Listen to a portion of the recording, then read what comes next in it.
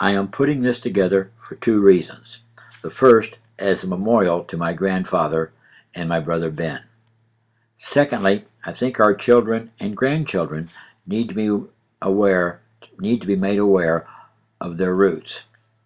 Since this project is far from being complete, I invite my cousins to submit any pictures that they would care to share with the rest of us. Lastly, as the eldest of the Chantarelli males in the U.S., I proclaim myself godfather, as evidenced by my photo.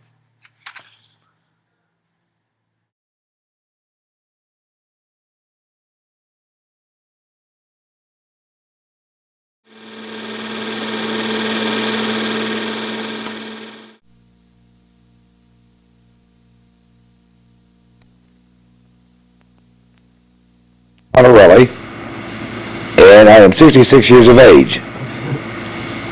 And I'm going to tell some stories about my grandfather, who I was named after. His name was Ben Chantarelli, and he was from Italy. He had only gone to the second grade and was very, very poor, and immigrated to this country sometime about 1905, I guess, with several of his younger friends. He was 12 years of age.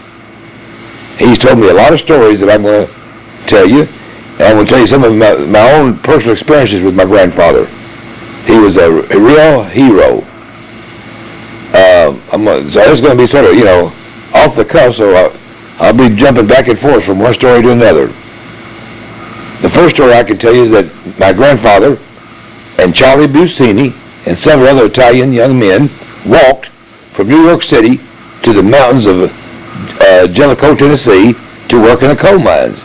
They walked that far, and maybe it took several weeks. I don't know how long it took. My grandfather told me that on the way, they spotted a dead mule, which they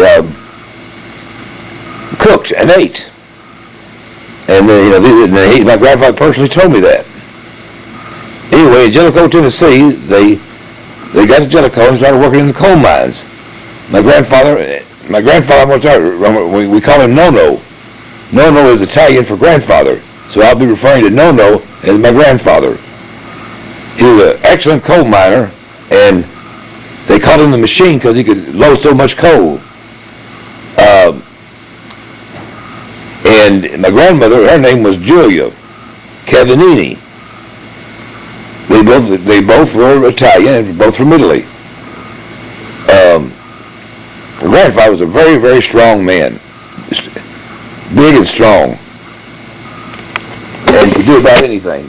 Although he only had a second-degree education. Second grade, gone to second grade as far as he'd gone in Italy. He was from a very poor background. He used to tell me that as a child, as a boy, one of his chores was to take the goats up to the top of the mountains to graze. He liked doing that because then he could take them up there and get some free goat milk from them. He would just suck their tits, and that was really refreshing for them. They were so poor.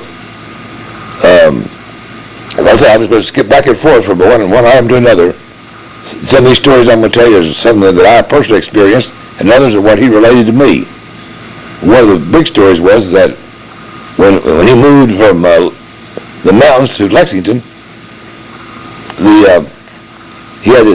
made his own wine, made 5 or 6 barrels of wine every year, and he wanted to ship that wine to Lexington, but he didn't know how to do it under the nose of the authorities there in the mountains.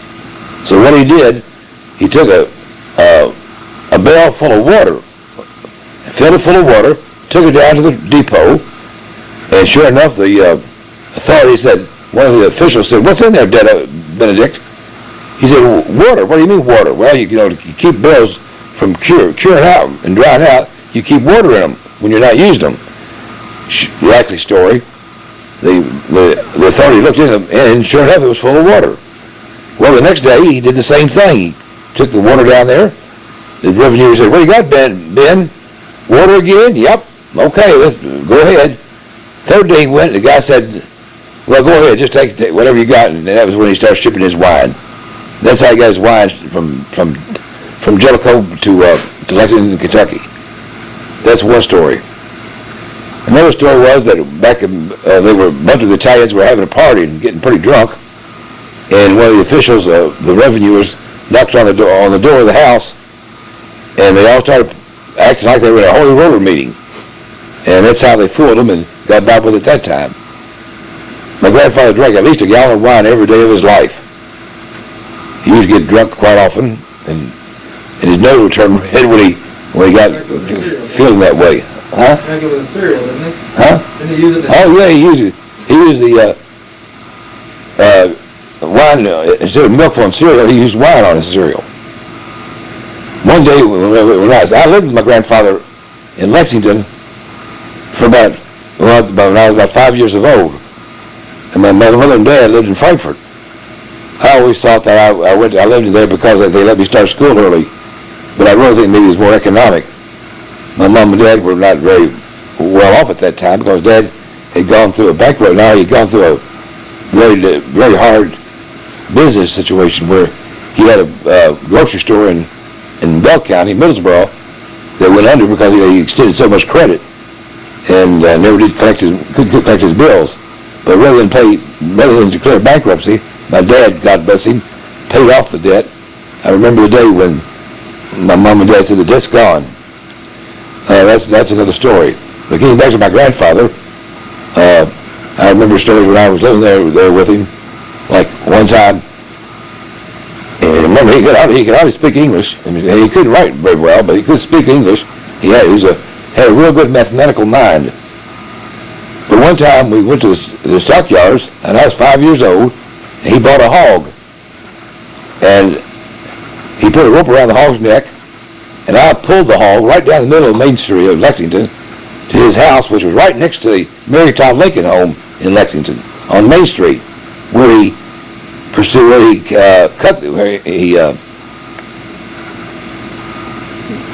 the hog and made sausage out of it. And this was probably about 1941. I remember those years very well. I remember the war. I remember seeing German soldiers up and down German prisoners of war up and down the Lexington streets that we were using for labor. I recall that very well. I recall the ration cards that we had because we couldn't buy a lot of things. You know, everything was rationed during the war. My grandfather, Nono, and my grandmother, we called her Noni. That's Italian for grandmother. They were very, very frugal people. Very, very. My grandfather bought two houses in Lexington. One next to the Mary Todd Lincoln house. Paid cash for both of them. How he did this, I have no idea, because the job he had in Lexington was sweeping streets. He had a trash can with wheels on it and a broom, and that was his job, to sweep the streets of Lexington. So surely he didn't make but maybe $75 a month, but he always had money, had everything he wanted. He collected bushel baskets and gallon jugs, and he sold those at the end of the year to order his grapes to make his wine. I remember making wine with him, mashing with our feet several times, but finally he bought a grinder that you used to grind the grapes with, hand grinder. And that was very exciting for him. But when those grapes came in, he got the grapes like by the truckload, by the boxcar load, I mean. He always used Zinfandel grapes, and his wine was excellent. Of course, he drank most of it himself. He had what he called the first wine, which was the first squeezing. Second wine was the second squeezing of the grapes, which he used for company, and he saved the best wine for his family and his friends and himself. Some other things I recall about him that I personally remember is that we would get up real early in the morning before daylight, go to the train depot, where the train boxcars would be unloading, where the boxcars unloaded chicken feed. And every time they did, they would spill a little chicken feed out on the ground. And we would get up real early in the morning and pick up that chicken feed. Because there on Main Street, my grandfather and grandmother raised chickens. Can you believe that? Right in the middle of Lexington?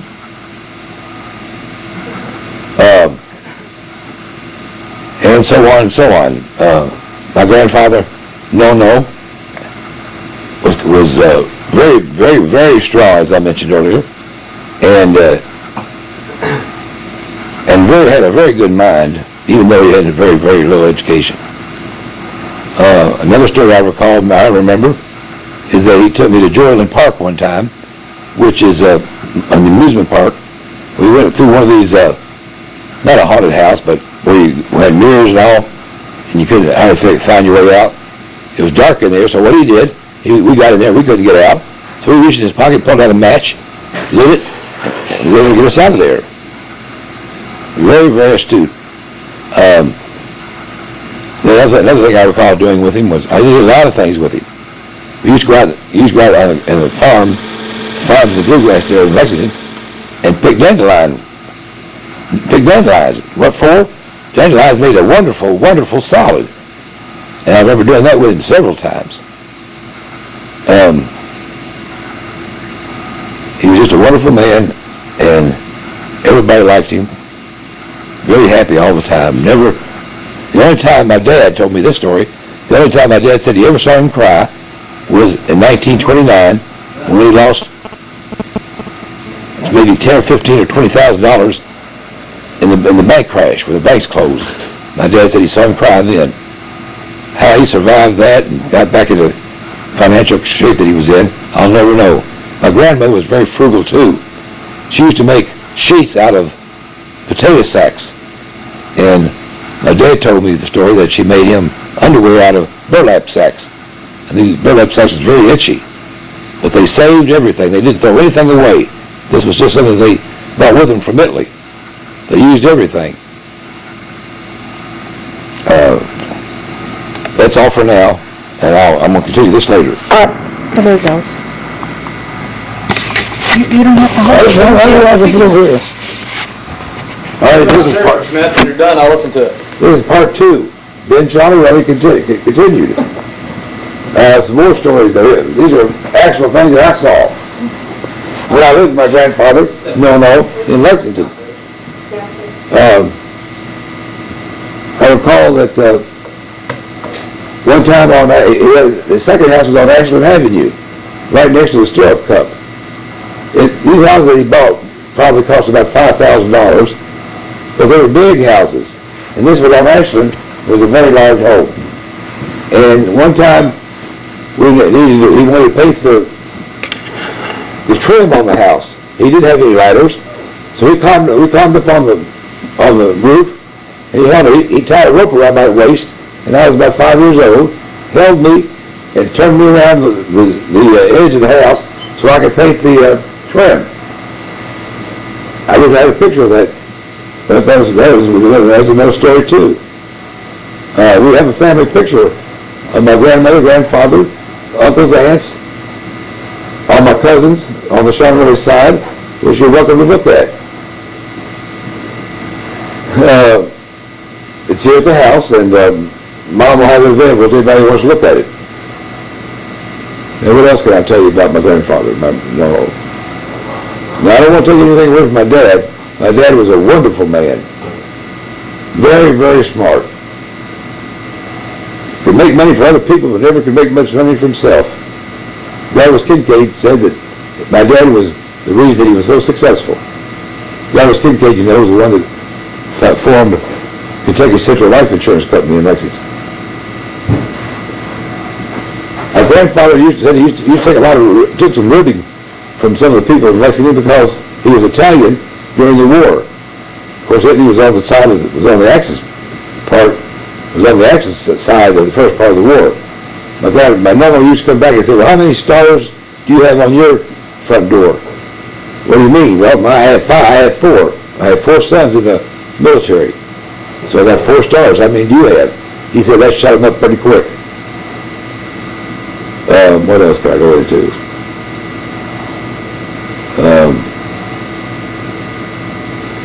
I want to emphasize how frugal he was, how frugal they lived.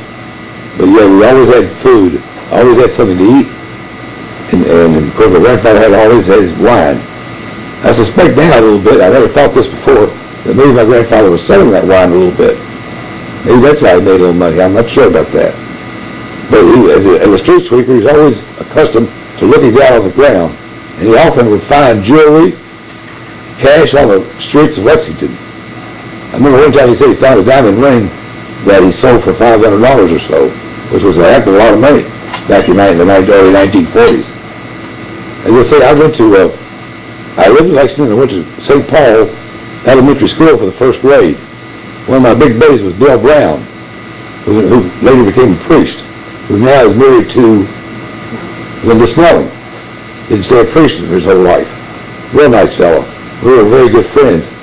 I remember he lived with his Uncle Leonard around the corner from where we lived on Main Street. They had a little swimming pool. Really what it was a goldfish pond, which they converted into a wading pool. And I had a duck that had one leg, and I would take that duck up to that swimming pool to swim with Bill and his brother Leonard. I came home from school, and we were having duck for supper. And I realized that my grandmother had killed that duck, and we were having it for supper that night. I don't think that set too well with me. But that was another story too. What else can I say about my grandmother and grandfather? The grandfather, yeah. My grandmother took in Italian immigrants for room and board during the 40s. I recall we had a handful of Italian people like Florio Rosardi, Reno Rosardi, Agostino Gazzaroli, Angelo Gazzaroli. Now they might have paid my grandfather some small amount to live there. Maybe this is one of the ways they were able to save money. But they were always watching every penny they had.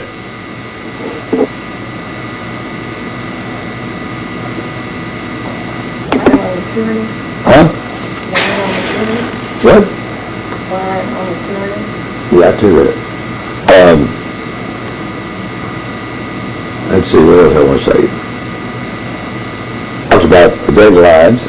Talked about the chicken feed. This was a real big house on Main Street, right next to, as I say, next to the Mary Todd Lincoln House. Of course, in those days, the Mary Todd Lincoln House was pretty dilapidated. You know, it was run down, and I really think it was being used as a house of ill repute, to be honest with you. There's a lot of sleazy people live there, but now it's been renovated and is a center stone in downtown Lexington. A real tourist attraction. And my grandfather's house was just as big and just as nice in its day as the Mary Todd Lincoln home, and yet they bought it for $4,000 or $5,000 at auction. Okay, that's all for now. I can't see it, Peggy. Did you tell about how you got the letter from the loan company? Oh, yeah, I'm going to do that. Let me do that. Here's another story about my grandfather, which is really interesting. For some years, he lived with us in Frankfurt. And one day, he got a letter from Lexington, from a finance company saying, consolidate all your bills at one easy payment. Well, this infuriated Nono. So he got on a bus, traveled to Lexington, went to the finance company and said, you show me where I owe one nickel to anybody, anywhere. Of course they couldn't, because he didn't owe anybody anything. He made them pay for his round trip from Frankfurt to Lexington. My grandfather never used banks after that crash. I don't think he ever wrote a check in his life. Everything was cash or none. If he didn't have the money to buy it, he didn't get it. I wish our generation was more like that. We in our generation just bound credit. He didn't know what credit was. Didn't want any credit.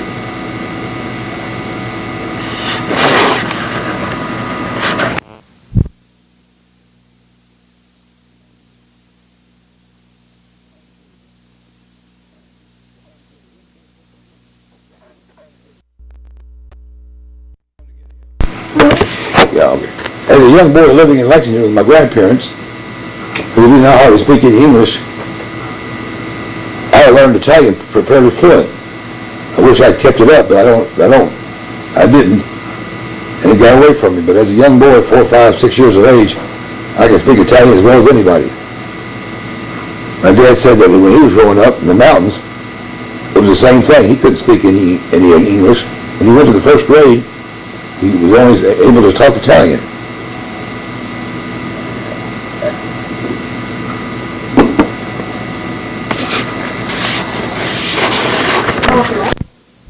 here we go again. A few more stories about my grandfather, my grandmother. As I said, they lived in the mountains, in an Italian community. And I recall my grandfather telling me that when one of the first Italians up there died, there was so much prejudice against him that they wouldn't let him bury him in the public cemetery. So what they did, they bought a piece of ground and formed their own cemetery, which is now St. Boniface Cemetery and Church in Jellicoe, Tennessee. Is where I hope to be buried. Although I want to be cremated, I don't want any coffin or anything like that. I've led a good life, happy life. Of course, I'm very ill right now, but I want everybody to have a good time when I'm gone and not to be that sad about my departure from this life. I want to put this down. I want all this to be recorded so you, my children, and my descendants can learn a little bit about my grandmother, my grandfather, and how they lived. Otherwise, all they lived for would be lost forever. Now, let's see if there's anything else I can think of. Peggy, when you type this, you don't have to type all these little extra comments that are not really necessary to the stories.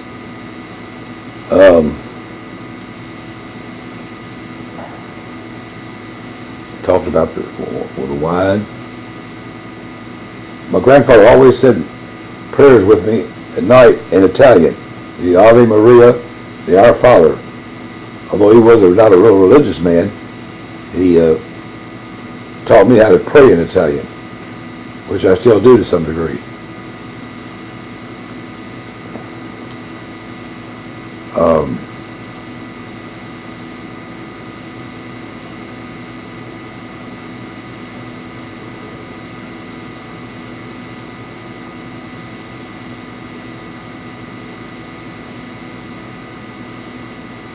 Nono was known by a lot of people in Lexington. I guess because he was on the street all the time, sweeping up debris. He had a lot of friends. A lot of people knew him. He was sort of a landmark in Lexington, to be sort of a landmark.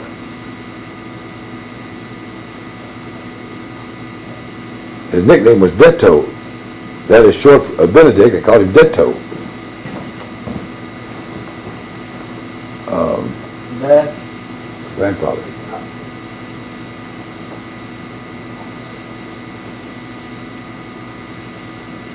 My grandmother had 4 sons: Angelo, Crit, Mike, Lorenzo, my dad, and John, and 1 daughter, Mary.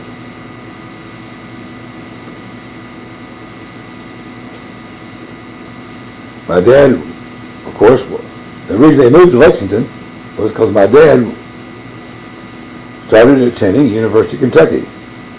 So they moved to Lexington to give him a place to live and to be home, to have a home for him. That's why they left the mountains, simply to help Dad get his education, which he was very successful in doing.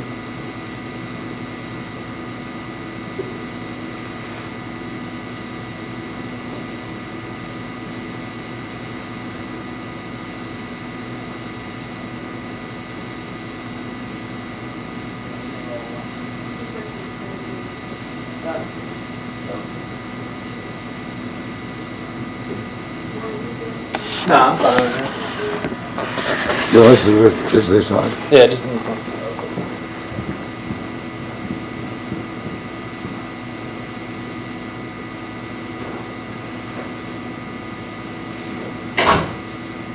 I recall a couple of times my grandfather, Nono, showed me one of his secret hiding places in Lexington. It was an old abandoned building, and we crawled into that building. And he would hide his cleaning equipment there during the day when he got through with his work. And of course, he would always get through a lot sooner than 4:30, so he'd have a lot of time to come home. And he'd hide his equipment in there, and he took me in there one time, which was quite exciting for a little 5-year-old. Well, I don't know, I've gone through a lot of stories. I could go on and on and on, but I hope you get an idea of what kind of person my grandmother and grandfather were, what kind of people they were. We always had everything we wanted to eat. My grandfather would, on his way home from work, stop at the Piggly Wiggly, which is really like an A&P, and go behind the store and pick up bananas that the store thought was too ripe and discarded and bring them home. And we would eat them. They were fine. They were a little bit ripe, but they were good. And he also picked up his bushel baskets and gallon jugs on his way home every day, which he used to keep the wine in. It was the gallon jugs. The bushel baskets he saved and sold, which helped him buy his grapes every year. I remember those grapes coming in. They were in those cartons of grapes, but we had hundreds of them. Literally hundreds of those cartons of grapes that he used to make his wine. One time, in my youth, I duplicated the way he made wine, and the guys and I made about 20 gallons. And it turned out real well. Simply mash the grapes, no sugar, nothing added, let it ferment. It starts like boiling, and when it stops boiling, that's when it's reached its maximum alcoholic content. And we were successful in doing that. I guess that's about it for now. I may continue this later. Carter.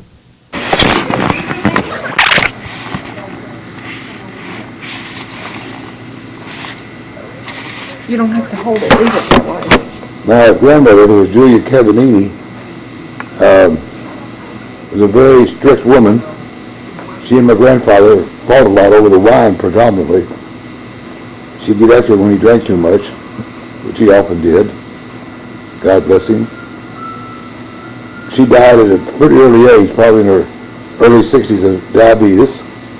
I recall one day on the front porch, she asked me to go get her a Colt 7-Up when I was about 5 years old, which was an indication of diabetic, unquenchable thirst. But she too was a wonderful woman, very strict, aristocratic to some degree, but extremely frugal. Made do with a lot, with very little.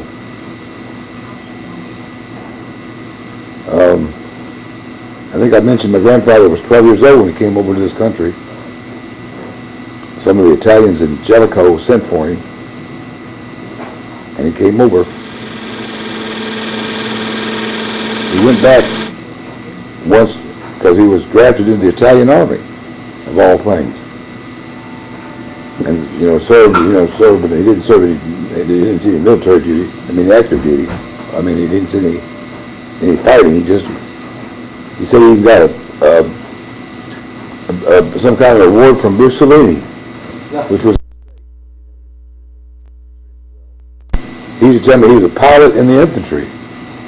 This is one of his favorite jokes. He said he worked in the stables. Pilot in the infantry now, and he piloted here and he piloted there. That's what he told me. One of his favorite little jokes. I talked about my grandmother, my grandfather, my uncles, who I love very well. They were all very good to me. I had a very good childhood. I was a little bit lonely for my mom and dad sometimes. I recall sitting out on the curb on Ashland Avenue, waiting for them to come pick me up on weekends, which was always a big treat. Well, I guess that's about it for now. Continue later. Which one, dear?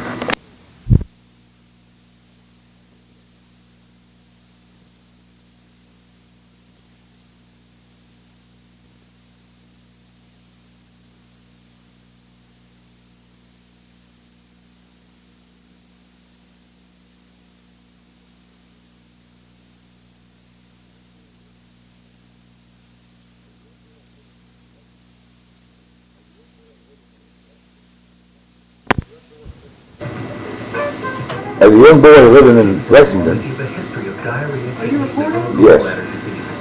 My grandmother's favorite medicinal remedy was castor oil. She used to give me castor oil at the sign of any sniffle or anything. And that castor oil was terrible tasting. You cannot believe how horrible that castor oil tasted. Did you have castor oil, Peggy, when you were young? Yeah. It's all Ooh, it was horrible to taste. awful.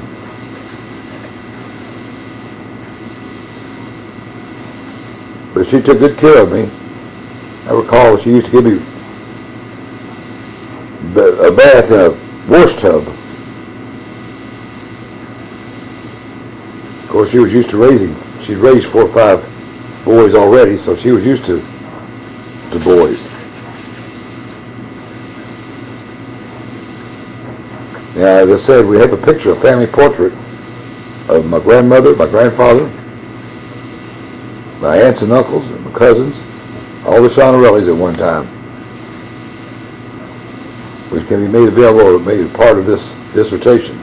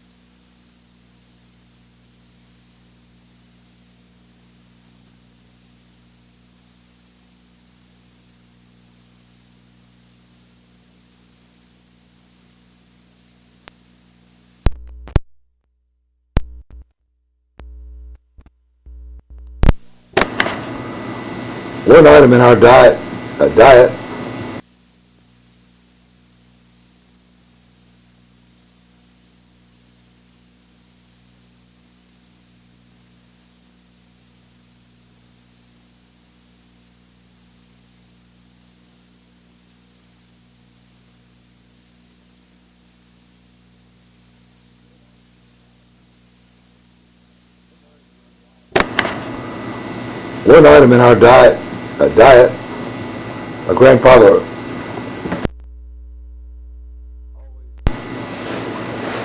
would set traps for birds, robins, and we would have robins and birds for supper and dinner quite a bit. But they were good. They tasted just like quail. It was one of the staples of our household. That and the dandelions. Risotto, polenta was what my grandmother used to fix. Risotto and polenta.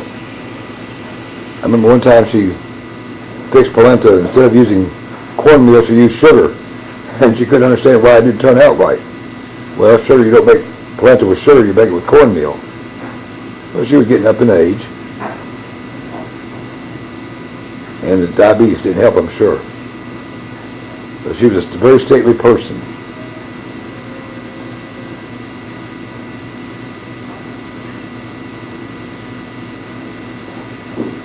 Nono, as I said earlier, was a fixture in Lexington, downtown Lexington. Almost everybody knew him. All the businessmen, all the business people, pawn shops. A very popular figure.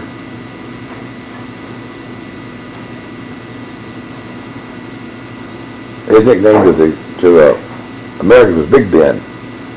To Italians it was Detto, short for Benedict. But the Americans called him Big Ben.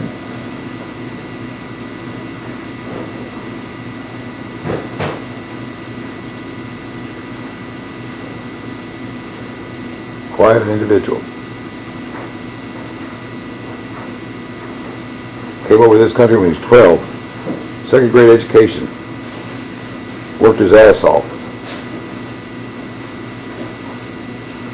Didn't have any welfare state at that time. Equal opportunity, none of that. They faced a lot of discrimination and overcame it. We're proud to be here, proud to be part of this country. Proud to send their boys off to service. My dad volunteered for the Navy, but he had a punctured eardrum and they rejected him. Otherwise we would have had 5 Shawnee Rellies in the services.